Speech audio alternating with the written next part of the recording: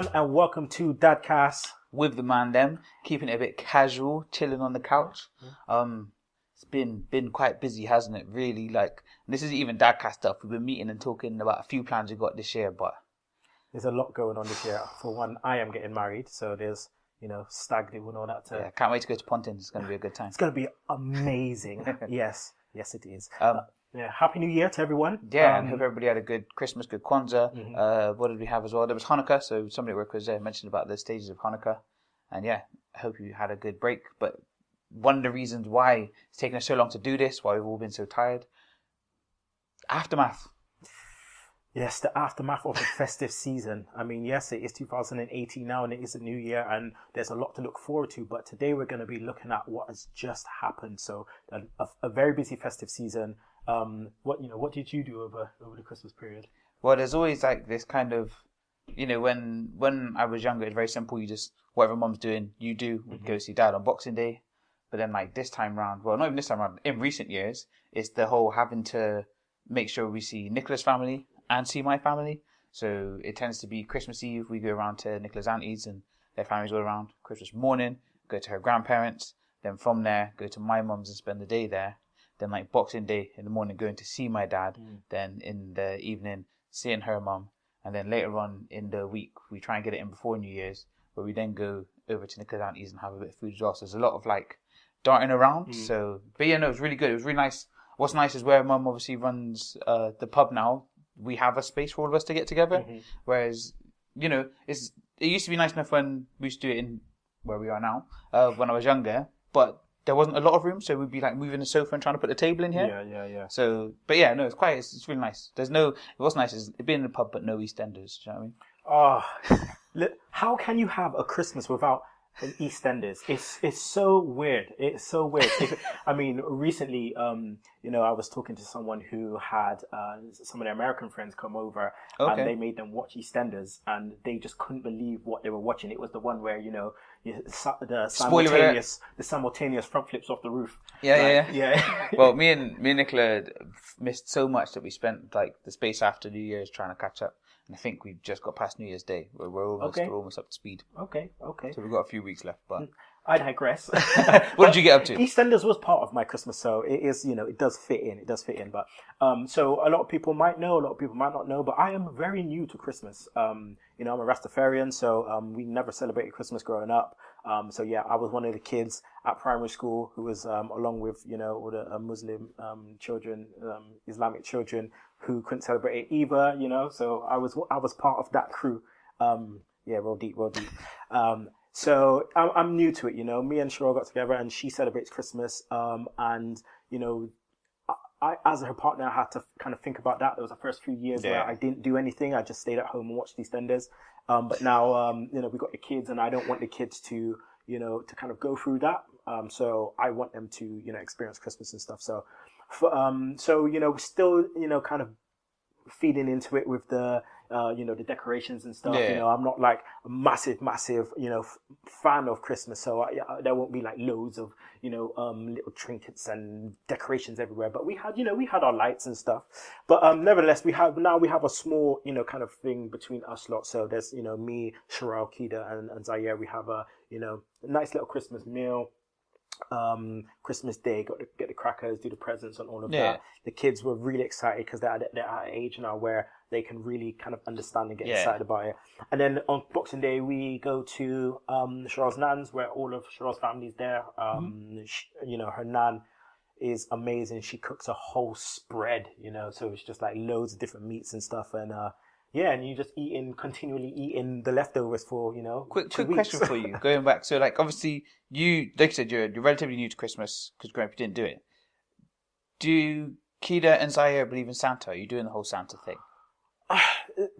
They do, and I'm not going to lie to them about stuff. So when they ask me certain questions, I'll just be real with them. So they'll be like, okay, I thought, how come there's presents there now? Because we put the presents out maybe like a week before. How come there's presents there now? I thought, Father Christmas brings the presents before Christmas Day.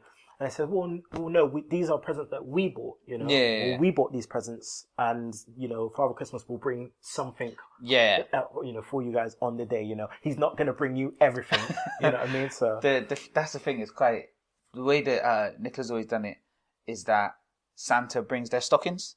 So that way the presents are out because we'll get into the, pressures of how much you buy. But it's one of those things where the presents are there, the kids can see the presents. The kids could tell this year. Jess was like, "Mommy's put the dressing gowns like that because the presents are under there, aren't they?" Like it was just that kind of stuff.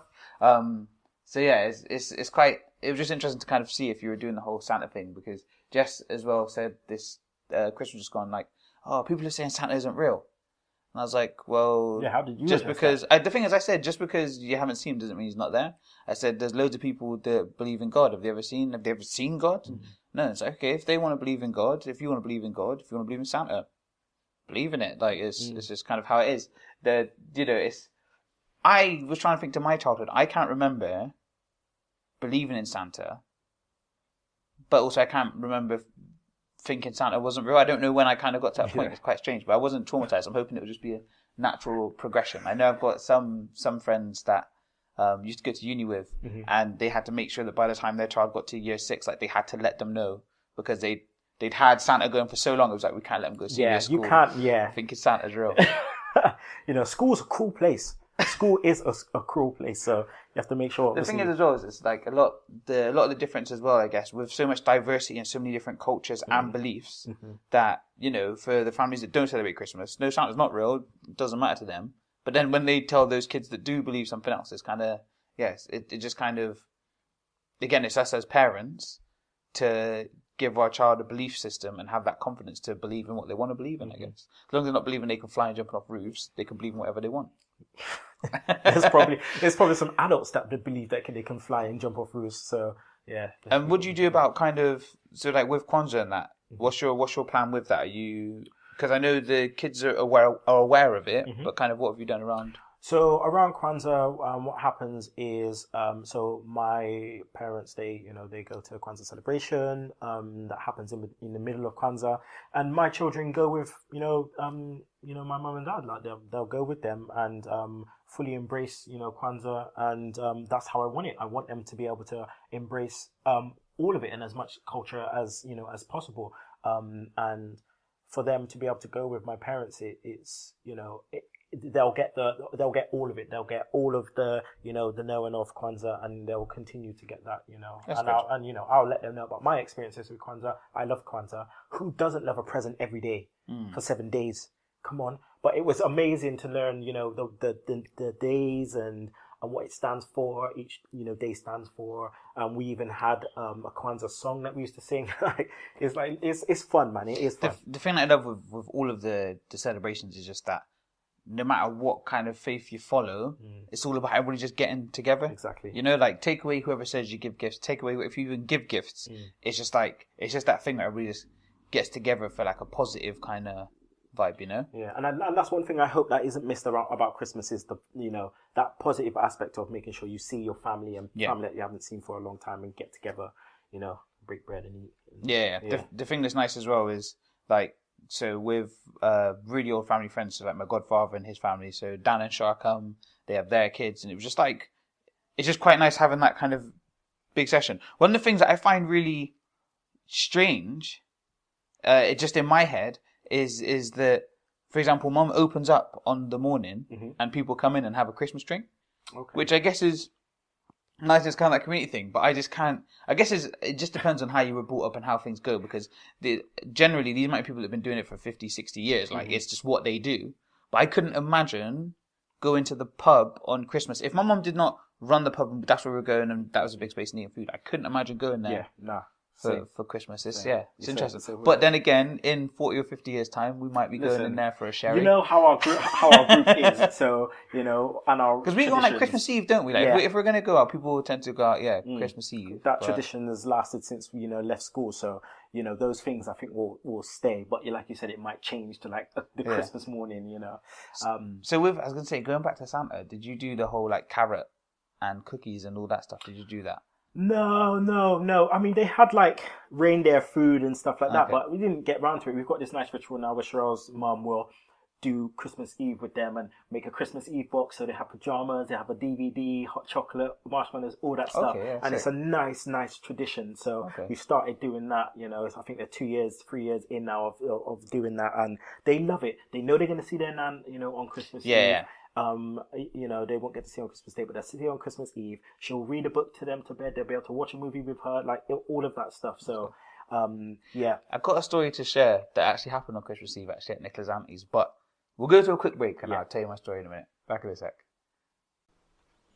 Hey guys, me and Kenny can talk till the cows come home, but we want to hear more from you. So make sure that you like, comment, and subscribe on the channel. Tell a friend, get involved. We want as many people on board as possible.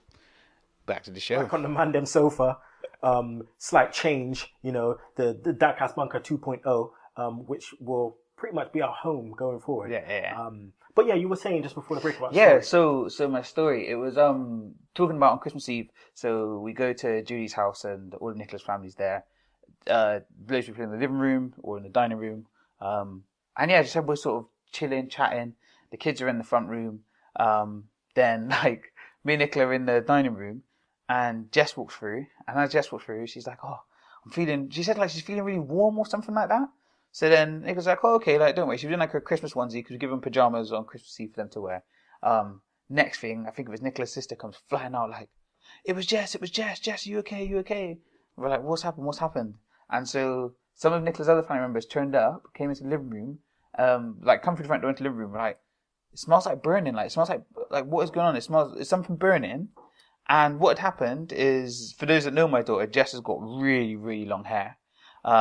And where she was sat, she wasn't paying attention to the fact that there was a candle, not like necessarily open flame candle, but there was a candle on the fireplace. She had her back to it, and she'd like singed the entire outer edge of her plait. So she wasn't hurt, which was just like, Thank God, yeah. Yeah, it was great, because you see these videos where people just go, but it was one of those ones where Jess had absolutely no idea it happened.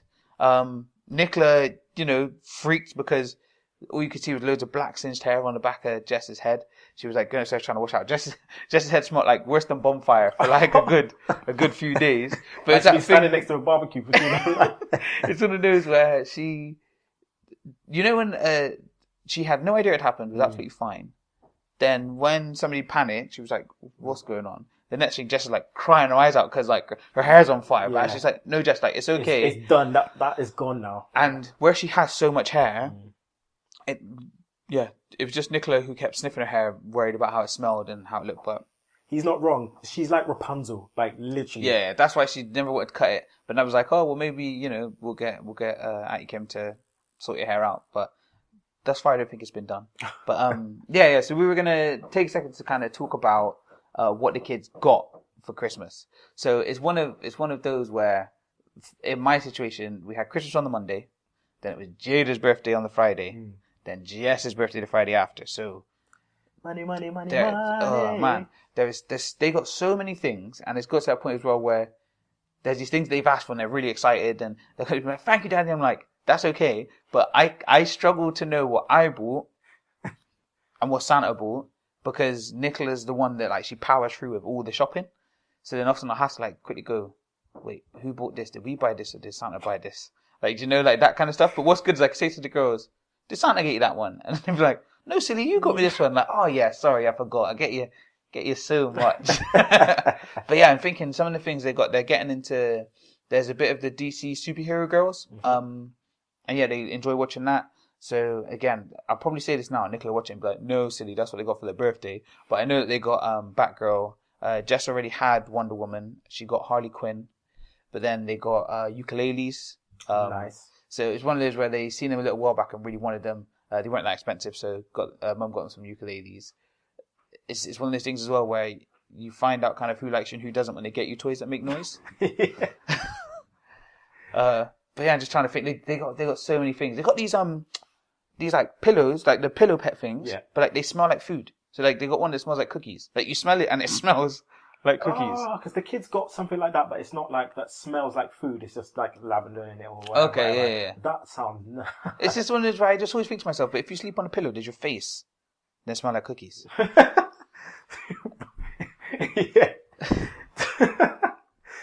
Well, my children, the first thing we do is we make sure we clear out all the old toys. So I'm explaining to them, look, listen, you have a box, a toy box, and at the anything that's at the bottom of the toy box, you obviously don't play with. So please just get rid of. So we, get rid of all the stuff and we take it to the nursery. And this year, for the first time, I said to Zaire, "You're getting involved, mate. You can tell me what you want to put in."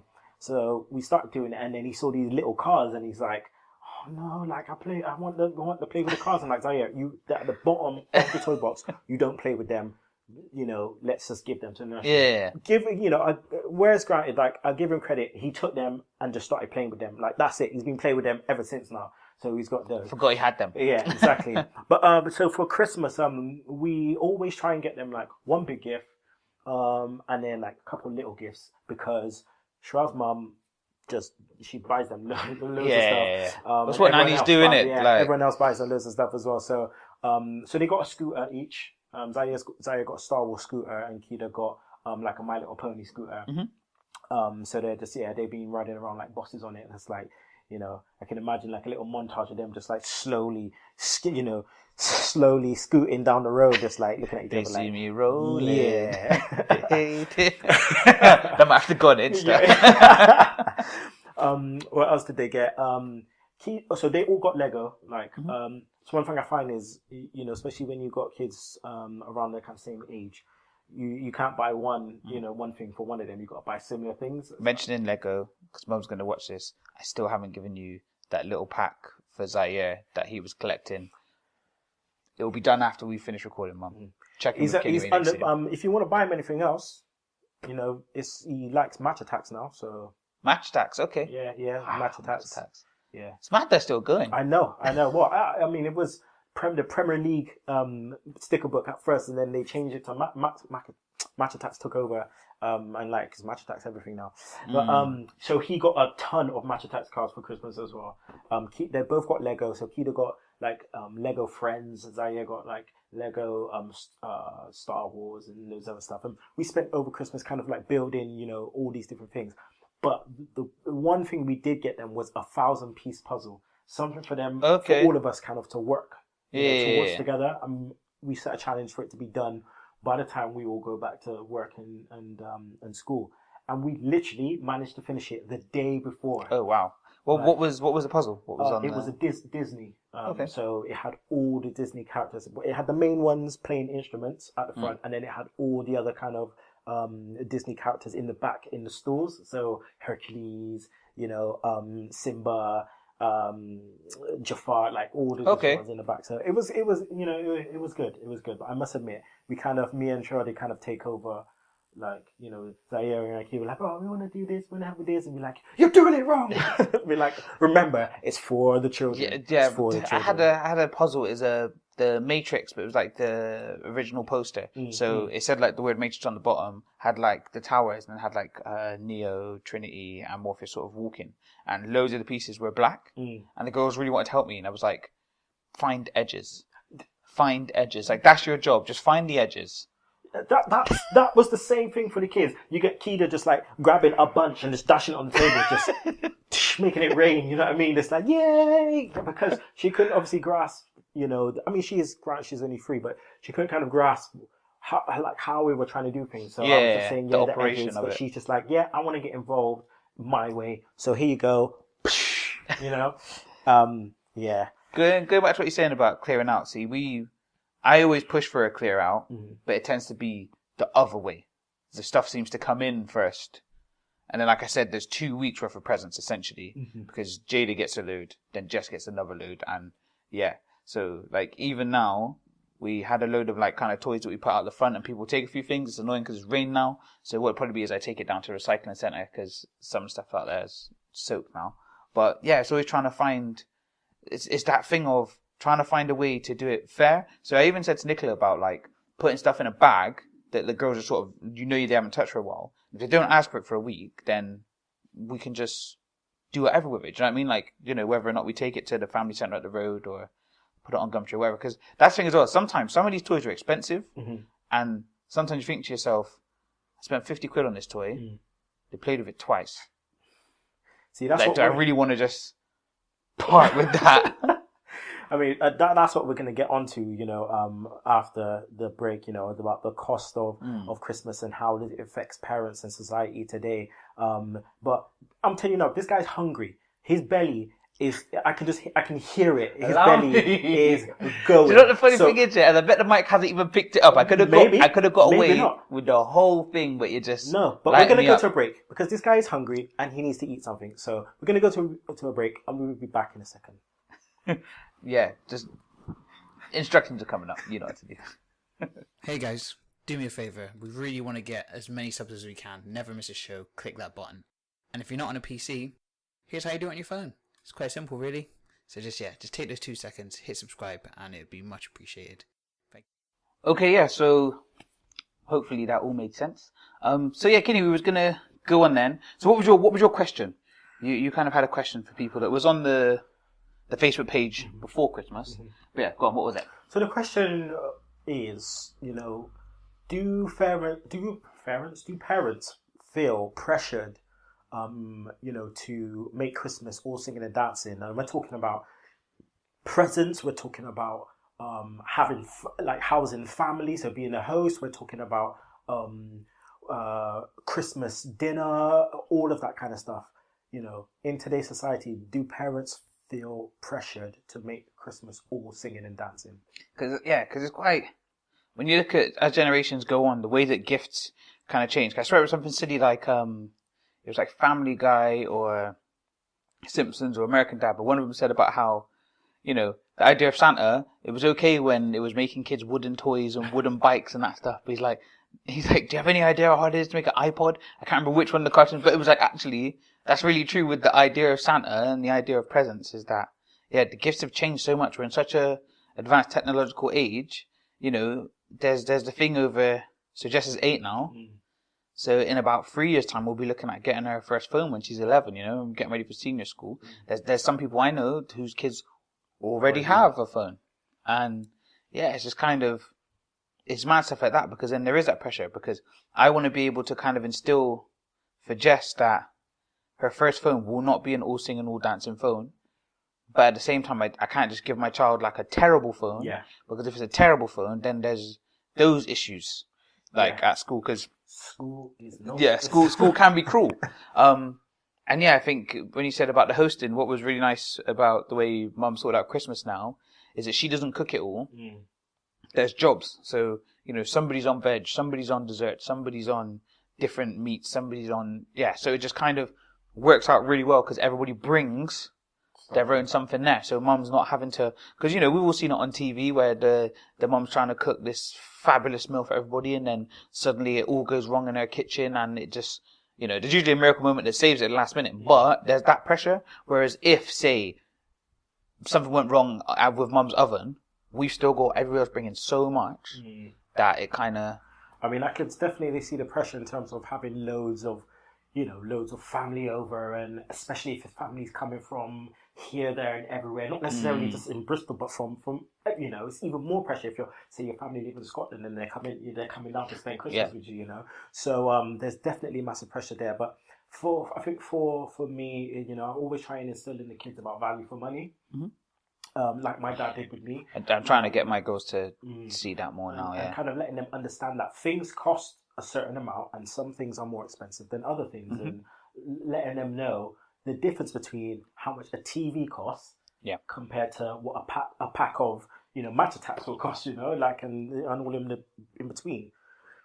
So it's just kind of trying to instill that in them. I will always feel some form of pressure because I'm not I'm not minted, as they say. I'm not the. I'm brass. What I'm saying? So you just try and do what you can, but I'm always the guy that try and lives within my means. I'm not gonna try and go over and above, and brook myself for a small period of time, which will have a longer lasting effect. So, this Christmas might be all singing and dancing, but the rest of the year will be terrible. So, see, I was watching, what was it called? It's like that money management guy. Yeah, Martin Lewis. Yeah, I was watching, and he was saying, before Christmas, he was saying about how what people often do is because Christmas is in December, they won't think about it until September and kind of from there. But he's saying that really, with the amount that people are spending, Christmas needs to be in your budget the whole year. Yeah. So when Nicola does like the Christmas club with vouchers, obviously I know there's been some in the past that have had some of those kind of rocky roads, but it works out quite well because, well, the money keeps going up each time as well, but I think that's, again, as the kids are getting older and the toys are getting more advanced, the girls aren't really into tech that much. They're still into like dolls and stuff. But I can imagine when we get to the point of like, even with like Xboxes, I remember when Mum got me my first N64 and I was buzzing. And I can't even think now how much that must have cost for her to do because it was the new thing out. And when you're looking at your Xboxes and your PlayStation 4s, even when you're looking at phones, you're looking at like Xboxes cost more than my first car. Wow. Think about that first. Wow. Do you know what I mean? That's just sinking in. Like it's mad. And then when you look at some of the stuff that people get or that people own, we were talking yesterday about like high end fashion. So people that are buying their significant others is high end fashion clothing, and that's costing hundreds of pounds. We had one of our ex students come to visit us the other day at school, and like the first thing everybody looked at was his shoes, and he had like brand new white Louis trainers, and everybody's looking at him, and it's like, how much were those? And when he said the price, it was just like, yeah, he was walking around. And again, I always compare it to my first car. My first car was a white 1995 white Fiesta Azura. Cost me, I think it was £395. It was a car, but it was a car. And so when I look at various things, and I guess that what kind of makes me a bit stingy sometimes when it comes to spending. So like I have an Xbox One, but I did not buy it. It was a gift from my mum, Nicola, and I think her mum. They chipped in together and bought me it. Otherwise, I don't even know if I'd have one now. Yeah, it's the same as me. I got PlayStation 4, and that was a gift for my 30th birthday. You know, when I'm buying things, and you look at how much it costs, I'm always thinking in the back of my head, okay, can I warrant? You know, if me and Shura had a conversation, can I warrant spending that amount of money? Because that money could go on so many other things. The thing is, as well, I guess, as parents now, is the difference is that whenever I look at it, so I was saying to the kids at work, I was saying to them, look, you might see that nice coat, be like, yeah, I'll spend £400 or £500 on a coat. I look at it and go, I'll buy myself a coat for way less than that and have like £300 to spend on loads of things for my kids. You know, so it's kind of looking at that too, I guess. I'm literally that stingy guy. If I got £300, I'm trying to see how much things that is going to get me. You know, not one thing. Well, you saw with prime example, FIFA, right? I got a player worth like 1.25 million. And I'm not going to spend all that on one player. I'm going to spend that on like a whole heap of players. yeah. No, that's a good way of doing it. But yeah, so, you know, just let us know in the comments or hit us up on Facebook or Twitter and just let us know if you kind of felt or feel that there are these expectations and this pressure to have an all singing, all dancing Christmas, and kind of let us know how you got on as well, I guess. And are the pressures, you know, different for dads than mums? Or is it the same, you know? I mean, because I tell you so in my situation, because Nicola sorts it all. So the pressure is off for me in kind of what they get. I just kind of sit afterwards and go, do they really need that? But that's kind of my style of couch parenting at times. Sorry, you got hacks? That's what I was about to say. So my hack, it's kind of going in depth from what Kinny kind of said. Is I was thinking about when helping kids clear out, is if you had like a clear storage box is what I was thinking. This is the idea. Because when you were saying about things being at the bottom, if you had a clear storage box and had a black line drawn along, you could actually say to the kids, look, if there is stuff at the bottom there, then these are the things we're going to look at getting rid of. Because at least then it means that your child will in theory, make more of an effort to dig out the stuff out of the bottom. Yeah. And because they get this weird thing of attachment. They won't play with it for 4 or 5 months. The second you say it's going, like I said, Zaya's playing with the cars now. Like we've had things where the girls want to play some. It's like, this is a baby's toy now. And, you know, eventually they get rid of it. But I think, in my head, a clear box, having something that the kids can visually see. You know, this is the black line. If it's underneath this, then you review whether or not to get rid. But I think on the other end, for me, who has this argument of the girls have too much stuff, is if you have various boxes for types of toys, once that box is full, you've got enough stuff. If you want to put more in, something needs to come out. But again, this is sorting out that. But that's my kind of dad hack there. I think that's a really good one. I think that's a really good one, especially for people to, for kids to kind of think about that. And the implications after and where those toys are going. They're going to kids who don't have those toys. That's the thing that we're teaching the girls. They will play with them, Yeah. So I guess that kind of wraps up this month's show. I'm really looking forward to next month because it's going to be Dadcast with the wives them. Yes. Can't wait. It's going to be good. It's going to be good. So look out for that. The format's going to be kind of not talk show wise because we didn't want to put that pressure on our ladies of doing that kind of host interview thing. But look out for it. It's going to be good. As always, guys, remember to like, comment, and subscribe to the channel. Please get in touch if you have any ideas or plans of things going on this year because, the YouTube channel, we're hoping it'll grow, but it's not just about kind of building a profile and fame. We actually want to give things back. So you will see more and more that we're doing as time goes on. Definitely. Like we always say, seek solace in the mandem, but the mandem also need to seek solace in you. We need to get to 100 subscribers so we can actually have our own name on YouTube. Oh my God, yeah. So at the moment we're hoping to get that youtube.com/dadcast, WTMD, but we need subscribers first.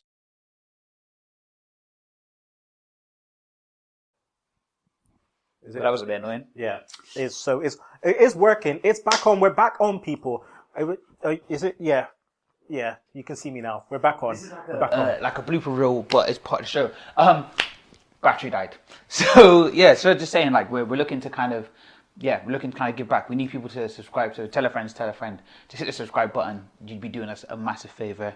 So yeah, this is kind of weird to do this outro. It's so broken up, but all that's left to say is, fatherhood.